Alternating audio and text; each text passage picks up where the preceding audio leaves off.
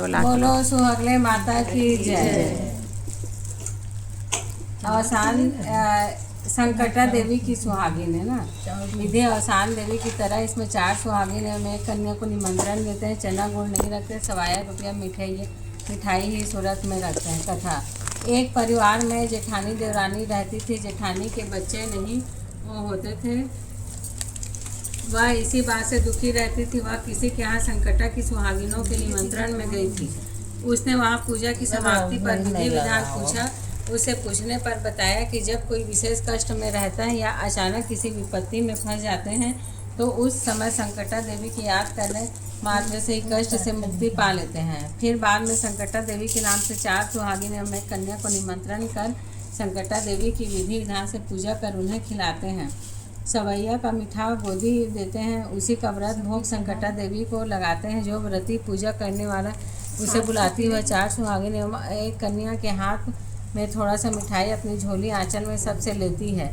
तब सब सुहागिन व कन्या वह प्रसाद स्वीकार करती है। खाने के बाद यदि प्रसाद बच जाता है या नहीं खा पाती तो उसे अपने घर ले जाकर उसे भोग को पति या लड़के को दे सकती हैं। कन्याओं को नहीं देना चाहिए। जब जेठानी ने ऐसी संकटा देवी की महिमा सुनी तो वह तुरंत ही देवी जी के सामने दिल से अपने कष्ट को बताकर कि देवी मुझे पुत्र प्राप्त हो जाए तो मैं भी सुहागले कराऊंगी।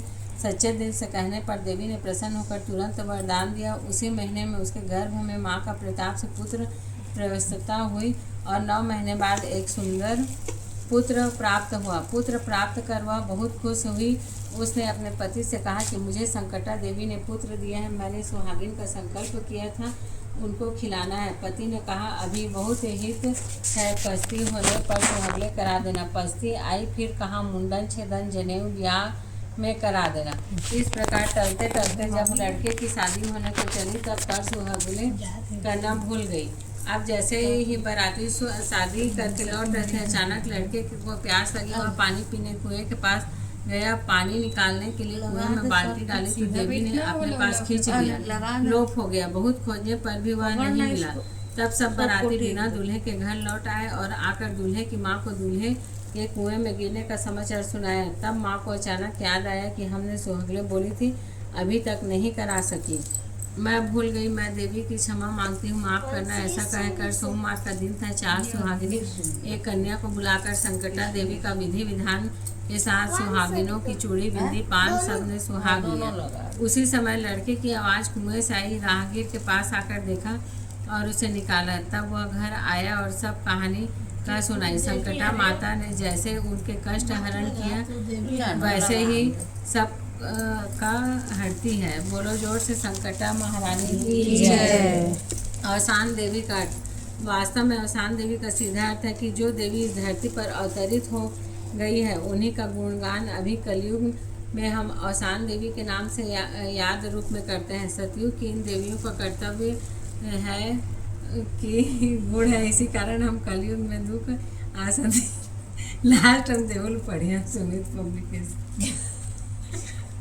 इसी कारण हम कलयुग में दुख अशांति के कगार पर बैठे हैं। फिर से उन्हीं देवियों की पवित्रता चरित्रता गुण एवं कर्तव्य पालन चेहरे की प्रतीक रूप सफ़ेद मिट्टी जिसे पवित्रता की निशानी के रूप में चरितार्थ करने के लिए फिर से याद करते हैं ताकि हमारी माँ बेटी बहनी पत्नी फिर से उसी देवी पद को वापस ग्रहण कर ले और सम्मानी एवं पूजनी बन जाए। बोलो सुहागले माता की जय। सुमित पब्लिकेशन, चौड़ी बाजार, दिल्ली 6।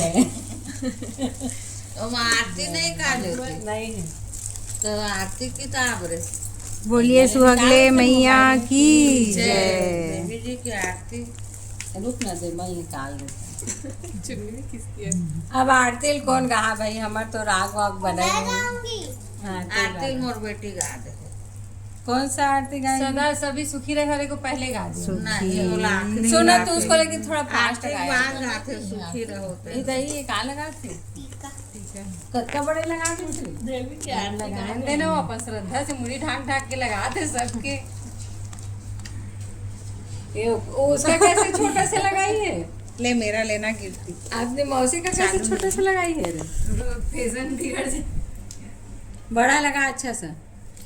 तो मोरे बोले का बरत के बड़े बड़े इसलिए बुआ कल भी बड़े आज तुम्हारे में ज्यादा माया है तो बड़े टीका आज हम बोले